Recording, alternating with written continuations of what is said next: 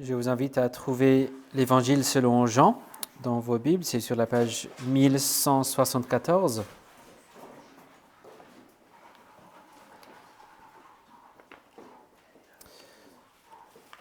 « 1174.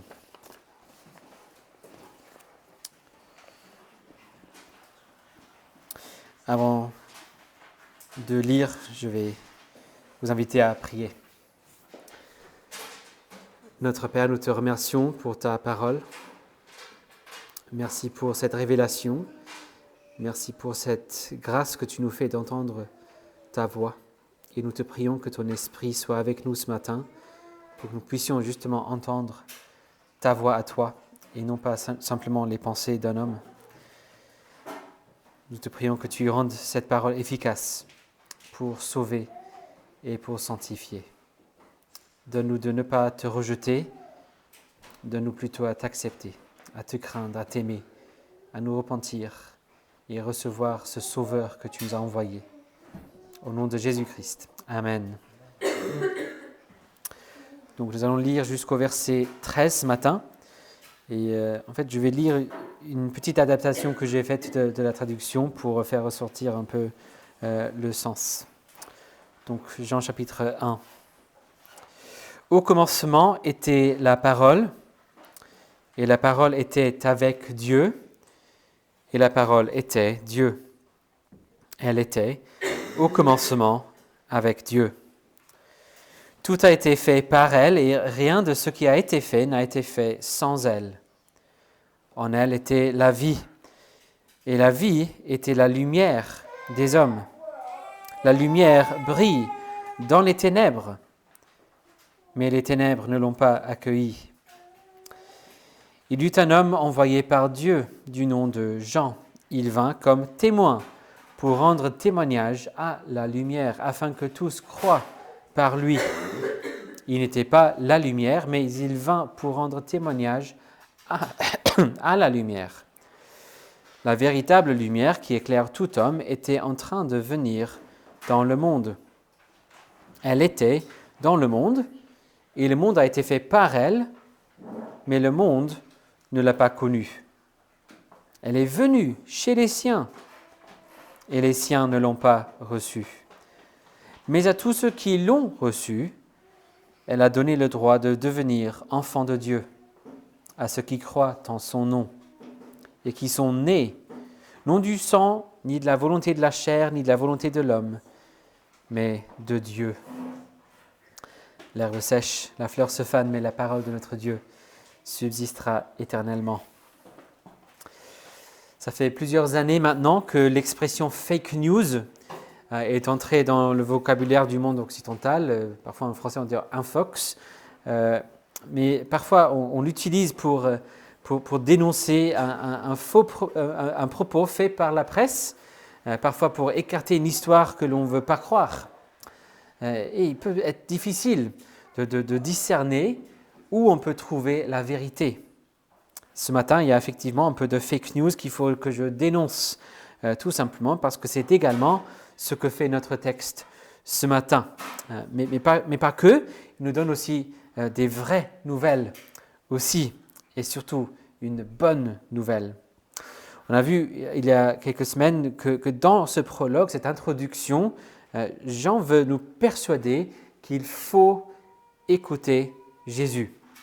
Et quand on lit cette introduction, on voit que Jean contredit, il dénonce comme fake news l'idée que le christianisme, la bonne nouvelle de Jésus-Christ, prenne sa place dans une série de théories, de philosophies, de religions que l'on a vues tout au long de l'histoire.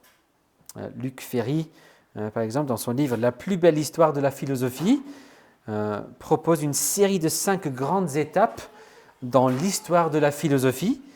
D'abord, on a les Grecs, après, c'est le christianisme, suivi par l'humanisme et ainsi de suite. C'est l'idée que Jésus et tout ce qu'il représente soit apparu dans un moment dans l'histoire, et il a développé une nouvelle manière de penser. Et ce serait à nous d'évaluer ses propos, y croire ou pas. Jean ne nous laisse aucunement croire ce genre de fake news. Jésus n'est pas un intrus dans un monde préexistant. Non, si on veut comprendre Jésus, il faut comprendre les choses très différemment. Avec les premiers versets, en posant les bases de la bonne vision du monde, en nous parlant de Dieu, la création et l'homme, Jean nous a montré tout de suite que le sujet de ce livre, l'évangile de Jean, celui qui ne sera dévoilé avec le nom de Jésus-Christ qu'au verset 17, ce livre concerne tout ça dès le début. Jésus est lié à toute la création, toute l'humanité, dès la création. Ce n'est pas qu'il avait des idées sur ces sujets, il était là. Il est la parole divine qui est Dieu et qui a toujours été avec Dieu.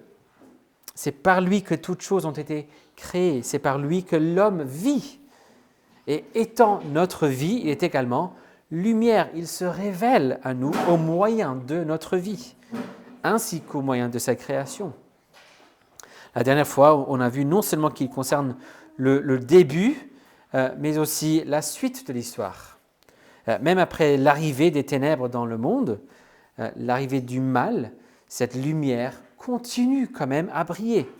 Le Créateur a continué à se faire connaître. La lumière brille même dans les ténèbres. Et Jean a introduit cette idée que cette lumière, qui a toujours été dans le monde, était aussi en train de venir dans le monde. La parole qui a toujours été dans le monde en tant que créateur ajoute à cette présence en tant que créateur un mouvement, une venue. La parole vient maintenant, comme nous le verrons aujourd'hui, en tant que rédempteur, en tant que sauveur. Quand Jean dit que la lumière ou que la parole était, il parle principalement de ce qu'il est en tant que créateur. Et quand il parle de la parole ou la lumière qui vient, il a en tête surtout ce qu'il fait en tant que rédempteur. C'est donc enfin ici que Jean présente en forme très simple l'objectif de son livre. Et c'est à la fin du livre qu'il décrira de façon plus complète, je cite, « Ceci est écrit afin que vous croyiez que Jésus est le Christ, le Fils de Dieu, et qu'en croyant, vous ayez la vie en son nom. » Il veut donc fixer son regard maintenant sur le fait, mentionné au verset 9, que la lumière était en train de venir dans le monde. Et on verra aujourd'hui ce qui s'est passé suite à cette venue de la lumière, en réponse à cette venue. Nous voyons deux choses principales. Donc regardons ce texte. D'abord, un double rejet au verset 10 et 11, et ensuite une double transformation au verset 12 et 13. Un double rejet, double transformation. D'abord, le double rejet au verset 10 et 11. On a ici deux versets parallèles qui disent des choses similaires, mais il y a l'un qui s'ajoute à l'autre. Jean a dit au verset 9 que la vraie lumière était en train de venir dans le monde. Et voici donc au verset 10 et 11 ce que l'on apprend par rapport à cela. Verset 10, la parole était dans le monde. Il nous rappelle de ce qu'on savait déjà. La parole était dans le monde, elle était présente en tant que parole créatrice et parole révélatrice. Le Créateur présent est révélé dans son monde. La parole était dans le monde.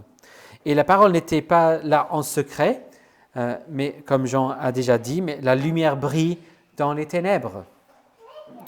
Il se révèle. Mais nous, on acclamait plutôt les ténèbres. On ne voulait pas connaître, ni reconnaître la présence de la parole, ni dans le monde, ni dans nos vies. Et ensuite, au verset 11, on voit qu'il est venu en tant que rédempteur. Il est venu dans le monde.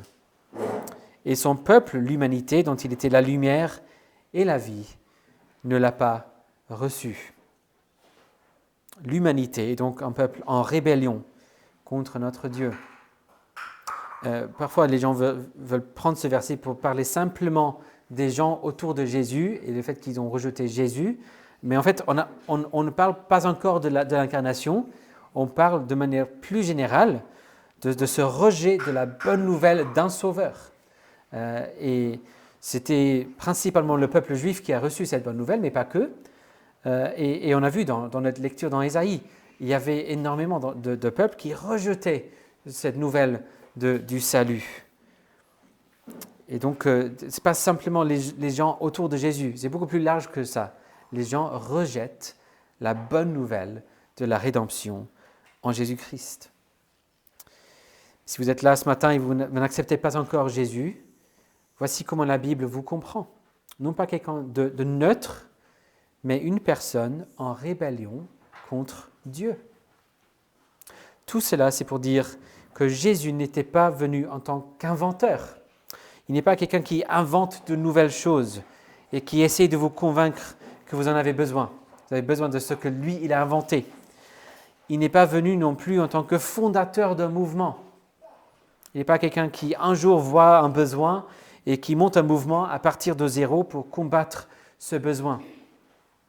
Il n'est pas venu non plus en tant qu'envahisseur étranger. Pas quelqu'un qui débarque et qui dit « Oui, je ne viens pas d'ici et vous ne me connaissez pas, mais je veux prendre le contrôle là. » Non, pas du tout comme ça. Il est venu dans un monde qui lui appartenait pour dire « Je vais apporter de la vie et de la lumière, du salut dans ce monde, dans mon monde à moi. » Et le monde, l'humanité, a dit un grand non. Et on le rejette. Et en tant que parole présente, en tant que créateur, et on le rejette en tant que parole venue, le Rédempteur. Et si on s'arrêtait à la fin du verset 11, ce serait vraiment déprimant. La parole, notre vie, notre lumière qui est venue nous sauver, a été doublement rejetée par le monde, par l'humanité. Mais le verset 12 contient une surprise, parce qu'en fait, il y a certains qui l'ont accepté. Ou pour prendre la phrase parallèle, de la fin du verset 12, ils ont cru en son nom. Ils se sont confiés à lui. C'est deux façons de dire la même chose. Verset 12, tous ceux qui l'ont reçu. Fin de verset 12, à ceux qui croient en son nom. Et ces gens vivent une double transformation au verset 12 et 13. Et par cette double transformation, ceux qui se confient à cette parole venue dans le monde deviennent enfants de Dieu. Dans un premier sens, au verset 12, on devient enfant de Dieu de droit. On reçoit le droit, l'autorité de devenir enfant de Dieu. Dieu nous déclare légalement ses enfants. C'est ce qu'on appelle la doctrine de l'adoption. Pour citer notre petit catéchisme de Westminster, l'adoption, c'est l'acte de la grâce de Dieu par lequel nous sommes reçus au nombre et avons droit à tous les privilèges des fils de Dieu. C'est une déclaration, une adoption. La parole, quand on la reçoit, nous donne ce droit de se dire fils de Dieu, enfant de Dieu. Et dans un deuxième sens, au verset 13, non seulement on est déclaré enfant de Dieu, mais on devient enfant de Dieu par une transformation surnaturelle. Une transformation si radicale que la meilleure façon de la décrire, c'est de dire que c'est comme être né de nouveau. C'est ce qu'on appelle la régénération. Sauf que là, il ne s'agit pas du tout d'initiative humaine, comme avec une naissance naturelle. Là, c'est une naissance accomplie uniquement par Dieu. Cette double transformation nous montre ce dont parlait Jean Calvin, entre autres, quand il utilisait l'expression duplex gratia, pour parler du salut. Duplex gratia, la grâce double. Le salut, c'est une grâce double. On reçoit deux sortes de bienfaits en Jésus. Lorsque Dieu nous sauve, lorsqu'il nous unit à Jésus-Christ, parce qu'il ne s'agit tout simplement que de ça, le salut, c'est être uni à Jésus-Christ, on reçoit une double grâce. Une grâce judiciaire, une déclaration légale qui nous donne un nouveau statut. On a un nouveau statut légal devant Dieu et une grâce rénovante, une transformation surnaturelle de notre nature, une nouvelle vie, un nouveau statut, mais aussi une nouvelle vie, une nouvelle nature. Et c'est exactement ce qu'on a ici. On reçoit le droit de devenir ses enfants et on devient, par sa puissance surnaturelle, ses enfants. On reçoit cette double transformation, cette double grâce, quand on accepte la parole venue, quand on se confie à son nom. C'était le cas pour tous ceux qui acceptaient la parole, même avant la venue de Jésus-Christ. Le salut n'a jamais changé. Depuis la chute, tous ceux qui recevaient cette parole, même s'ils ne connaissaient pas le nom Jésus-Christ, ils avaient les promesses tout au long, depuis le Jardin d'Éden, depuis la première annonce, on l'a entendu la semaine dernière, n'est-ce pas, dans Genèse 3. Depuis la première annonce, il y avait cette parole qui était toujours en train de venir. Et ceux qui l'ont acceptée reçoivent cette double grâce, le statut légal d'enfant de Dieu et cette transformation. Il faut croire en son nom. On pourrait même traduire, il faut croire dans son nom. Il faut se mettre dans son nom par la foi, par le fait de croire en lui, par le fait de se confier à lui. Se mettre en Jésus par la foi, être uni à Jésus par la foi. Donc voici ce que Jean veut nous démontrer ici, voici ce qu'il veut nous enseigner. Votre Créateur, que vous avez rejeté, est venu pour faire de vous des enfants de Dieu. Votre Créateur, que vous avez rejeté, est venu pour faire de vous des enfants de Dieu. Et ce n'est pas quelqu'un d'autre que le Créateur qui l'a fait. Pas un nouveau philosophe, c'est le Créateur lui-même qui l'a fait. Ce n'est pas pour vous donner de la sécurité, du bonheur, mais tout en restant loin de lui. C'est pour faire de nous des enfants de Dieu, par sa pure grâce. Quelqu'un a partagé sur les réseaux sociaux une petite vidéo d'un moine catholique plutôt connu sur les réseaux, qui parlait de comment prier. Lui, il disait qu'il faut prier son ange gardien parce que les anges sont super proches à Dieu. Et il disait que c'était un cheat code, comment un peu tricher le système. On n'a jamais à tricher le Père. Il veut nous sauver. C'est lui le sauveur. Ce n'est pas quelqu'un qui a triché pour nous sauver à son insu. Non, c'est lui le sauveur. C'est la parole qui est Dieu, qui est le sauveur. Tout ça touche l'un des thèmes auxquels Jean revenait souvent dans son écrit, dans ses écrits, le fait d'être enfant de Dieu, d'être adopté et transformé. Dans son premier épître, Jean écrit ceci: vous voyez quel genre d'amour le Père nous a donné, puisque nous sommes appelés enfants de Dieu. Et nous le sommes. Nous sommes appelés fils de Dieu et nous le sommes. Mais c'est quoi cet amour? D'où vient cet amour? Plus tard dans l'évangile de Jean, dans la fameuse conversation avec Nicodème, Jésus souligne l'importance de cette transformation. En vérité, je te le dis, si un homme ne naît de nouveau, il ne peut voir le royaume de Dieu. Il faut cette transformation. Et c'est au centre de la joie et la louange de l'apôtre Pierre aussi, au début de son premier épître. Béni soit le Dieu et Père de notre Seigneur Jésus-Christ, qui, selon sa grande miséricorde, nous a régénérés par la résurrection de Jésus-Christ d'entre les morts, pour une espérance vivante. C'est justement cette régénération qui nous donne la nouvelle vie que Jean veut que nous ayons par la foi, ce qui est le but de ce livre. Et ce message que notre Créateur est devenu notre Rédempteur ne peut être autrement. Il n'y a que le Créateur qui aurait pu être notre Sauveur. Il n'y a personne plus puissante que lui, comme si quelqu'un d'autre aurait pu venir tout régler. Et ce n'est que par une union, par la foi avec celui qui est la parole de Dieu, celui qui est de Dieu, fils de Dieu, que l'on pourrait être né de Dieu. Et ce n'est que celui qui était dans le monde, qui était notre vie, notre lumière, qui pourrait vraiment connaître et comprendre le problème à résoudre. Tout cela veut dire donc que je dois reconnaître que mon problème principal, ce n'est pas qu'il y ait quelque part dans le monde une bonne nouvelle que je n'aurais pas entendue. Mon problème, c'est par la simple ignorance. Même si je n'avais pas entendu le message de la venue de la parole pour nous sauver, j'ai déjà le problème d'avoir connu et rejeté cette parole, ce Créateur. même quelqu'un qui n'a jamais entendu l'Évangile, sait qu'il est en train de rejeter son Créateur. Celui qui fait l'objet de ce message, Jésus-Christ, est aussi celui qui est la source de ma vie, qui brille dans les ténèbres. Mais je l'ai évité, je l'ai rejeté, je l'ai refoulé.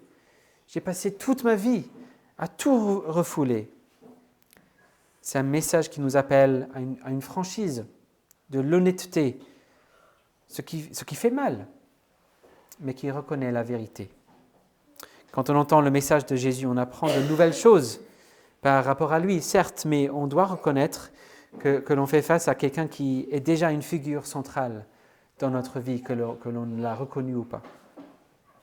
S'il existe quelqu'un qui veut maintenir que la venue de Jésus et la bonne nouvelle de Jésus nous présente quelqu'un qui est un inconnu total, Jean ne cède aucune place pour une telle prétention. Jésus n'est pas quelqu'un de nouveau dans le monde, il était toujours là. Vous connaissiez peut-être pas l'histoire de Jésus. Vous ne saviez peut-être pas qu'il y a de bonnes nouvelles associées à tout cela. C'est normal, mais quand on apprend plus sur lui, on est obligé d'arriver à un point où on doit être honnête et reconnaître que l'on a passé sa vie à résister à cette parole qui nous a créés, qui est notre vie, notre lumière, qui brille dans ce monde de ténèbres. Il y a quelques années, j'écoutais une émission d'un podcast qui a toujours quelqu'un qui a vécu un moment difficile ou déroutant, pas forcément très sérieux, hein, mais quelque chose de gênant. Et ce présentateur, c'était un ancien journaliste, je crois, il cherche à aider la personne à régler et résoudre la tension qui reste. Dans cette émission, il s'agissait d'un jeune homme qui était tout simplement timide, introverti, au point où les gens se sentaient mal à l'aise quand il était là. Il a donc subi une journée difficile où il a perdu en gros toutes ses relations dans sa colocation et à une pizzeria qu'il fréquentait souvent. Bref, c'était une journée très très dure. Le présentateur, qui a surtout un vrai talent pour raconter des histoires, il se reconnaissait un peu dans l'expérience de ce jeune homme. Et à un moment, il décrit le problème avec une perspicacité incroyable. En gros, ce dont ce jeune homme souffrait, c'était, je cite, le poids écrasant de la dignité humaine. Le poids écrasant de la dignité humaine. On n'a jamais entendu un chien demander le sens de la vie. On n'a jamais vu une vache galérer avec une crise existentielle. Mais quant à nous, on se trouve sous le poids écrasant de la dignité humaine. D'où ça vient ? Ça vient de la parole en qui est la vie qui est la lumière des hommes, qui brille même dans les ténèbres. Mais c'est nous qui n'avons pas voulu la reconnaître. Le message de Jésus demande à ce que nous ayons ce genre de moment de franchise pour reconnaître l'horreur de notre traitement de notre Créateur. Mais c'est justement à ce moment-là où on l'a reconnu, que nous l'avons offensé, que nous avons passé la vie à le rejeter. C'est là que nous sommes prêts à entendre que la parole est carrément venue pour moi, venue pour sauver notre vie, pour nous donner une nouvelle vie. Et voici donc la bonne nouvelle de Jésus-Christ. Dieu, notre Dieu, que nous avons rejeté, est venu nous sauver. Il est venu nous donner un nouveau statut, une nouvelle vie pour faire de nous des enfants de Dieu. Que faire donc à la lumière de tout ça ? D'abord, acceptons ce que disent les versets 10 et 11. C'est pas facile. La réponse humaine par défaut, c'est de rejeter notre Dieu, de refuser de le reconnaître, et même de rejeter celui qui est venu nous sauver. Vous vous dites peut-être, mais j'ai grandi dans l'Église, j'ai toujours entendu la bonne nouvelle. Ou peut-être il y a d'autres qui disent, je suis quand même venu parce que je trouvais ce message sympa et intéressant. C'est peut-être vrai, mais il y a aussi un vrai rejet de Dieu, de la parole en nous tous, par défaut. Même pour nous qui sommes chrétiens, qui suivons Jésus, on connaît quand même des vestiges de ce rejet dans nos vies. On connaît tous des journées où on lui a accordé quasiment aucune importance. On a plutôt tendance à croire que suivre Jésus, c'est comme apprendre un instrument. Il faut s'y habituer. C'est quelque chose de nouveau dans notre vie. Mais en fait, il s'agit plutôt d'arrêter de snober celui qui a toujours été dans nos vies, celui à qui nous appartenons. Ce n'est pas que l'on n'a pas pensé à lui, c'est plutôt qu'on l'a omis, on a refusé de le reconnaître.